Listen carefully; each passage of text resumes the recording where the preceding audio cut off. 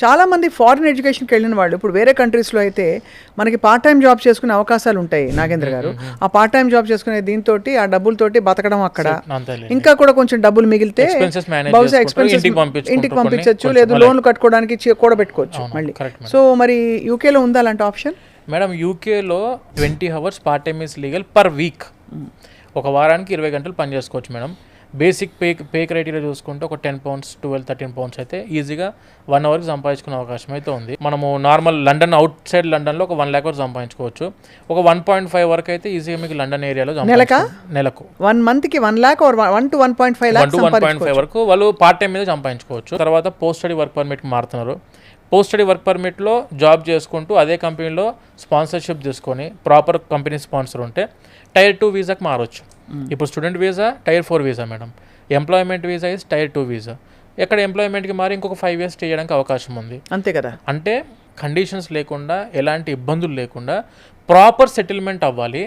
మనం అక్కడ వెళ్ళిన తర్వాత స్టూడెంట్ జాబ్ చేయాలి, పార్ట్ టైం జాబ్ చూసుకోవాలి, సెటిల్ అవ్వాలి, వాళ్ళు మంచి యూనివర్సిటీ చూసుకోవాలి, ప్లేస్మెంట్ దొరకాలి, జాబ్ దొరకాలి. ఇవన్నీ ఆపర్చునిటీ వెతకాలంటే ఫస్ట్ థింగ్ ఒకటే స్టెప్లో మీరు తీసుకోవాల్సింది ఎక్స్పర్ట్ గైడెన్స్ ఉన్న వాళ్ళ దగ్గరికే వెళ్ళాలి. ఇప్పుడు యూకేలో మాస్టర్స్కి స్టూడెంట్స్ కూడా అప్లై చేసుకోవచ్చు, డైరెక్ట్ ఆన్లైన్లో అప్లై చేసుకోవచ్చు.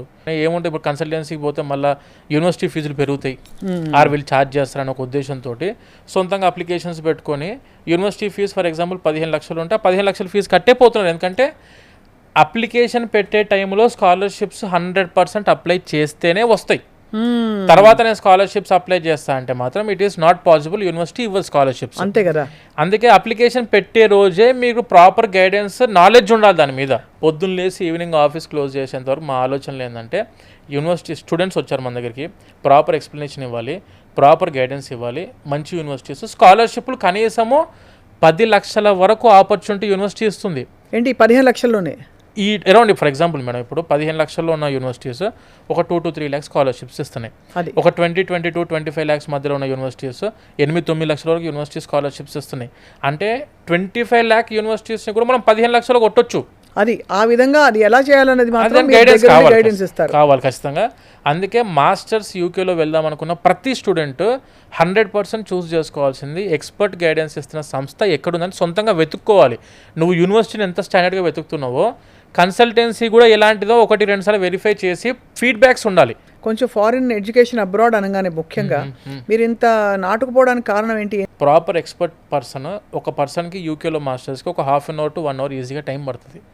ఆ 1 hour ఎక్స్ప్లెనేషన్ ప్రాపర్గా స్టూడెంట్ వినగలిగితే టాప్ యూనివర్సిటీస్ 10 లక్షల వరకు scholarship, 100% education loan without any collateral, placement guarantee ఇచ్చే universities and part time opportunity ఇస్తున్న cities, post study work permit opportunity ఇస్తున్న సిటీస్, ఎంప్లాయ్మెంట్కి మారడానికి ఆపర్చునిటీ ఇస్తున్న సిటీస్ అన్నిటి మీద ఒక 1 hour కూర్చొని ప్రాపర్గా మేము చెప్పే సబ్జెక్ట్ వినగలిగితే మేడం వాళ్ళు ఏమి చేయాల్సిన అవసరం లేదు. అప్లికేషన్ ప్రాపర్గా పెట్టుకొని మొత్తం వాళ్ళు 100% సెటిల్మెంట్ ఆ ప్లేస్లో అయిపోయింది స్టూడెంట్కి. అయితే ఎన్ని ఇంటెక్స్ ఉంటాయి పర్ ఇయర్? అండ్ అలాగే అక్కడ అకామిడేషన్స్ మళ్ళీ ఇండియన్ స్టూడెంట్స్తో కనెక్ట్ చేయడం ఇవి మీరు హెల్ప్ చేస్తారా లేకపోతే వాళ్ళకి వాళ్ళు చూసుకోవాలి? లేదు మేడం, ప్రతిదీ మనం సపోర్ట్ ఉంటుంది అందులో. ఇంటేక్స్ పరంగా మాట్లాడుకుంటే జనవరి ఇంటేక్ ఉంది, మార్చ్ ఇంటేక్ ఉంది, జూలై ఇంటేక్ ఉంది, సెప్టెంబర్ ఇంటేక్ ఉంది. యూకేలో మాస్టర్స్కి యాక్చువల్గా ఎవ్రీ మంత్ ఒక ఇంటేక్ అనుకోవచ్చు. కానీ ఏమిటో ఆ జూన్ జూలైలో జాయిన్ అయితే అదో జోష్ అదొకటి ఉంటుంది. అంటే అవుట్ పాస్ అయిన స్టూడెంట్స్ ఎక్కువ మంది జూన్ జూలైలో అవుట్ పాస్ అయ్యే వాళ్ళు ఉంటారు కాబట్టి వాళ్ళ ఫోకస్ అంతా కూడా సెప్టెంబర్ ఇంటేక్ మీద ఉంటుంది మెజారిటీ. ఇప్పుడు ప్రెసెంట్ మనం marketing are university applications open అయింది కూడా సెప్టెంబర్ ఇంటేక్కి.